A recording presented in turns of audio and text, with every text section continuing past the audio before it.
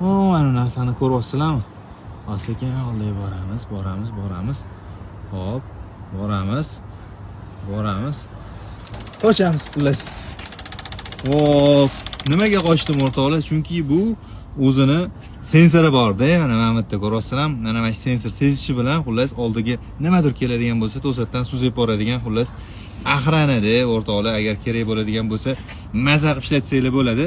Endi bu nima uchun kerak degan bo'lsangiz, masalan, narsa ekib qo'ygansizlar, qanaqadir qushlar terib, yeb ketmasin, urug'lanadi degan bo'lsangiz, sizlarga zo'r yechim bo'ladi. Mana hozir men o'zimning harakatlarimni ham sezib qolgan holatda bu o'zidan ishlab ketyapti. O'zingizga kerakli nastroykalarga qo'yib qo'yasizlar. Quyosh paneli bor. Xullas, quyoshdan o'zini o'zi zaryadga qiladi. To'g'ridan-to'g'ri faqat vodoprovod ulab qo'ysanglar, battariyaning turish kerak bo'ladi. O'zida klapani bor. Xullas, axrani. Yoqdimi o'rtoqlar, nima deysizlar? Fikringlarni kommentariyada kutaman. Xullas, mana shunaqa ko'ryapsizlar, ishlashi.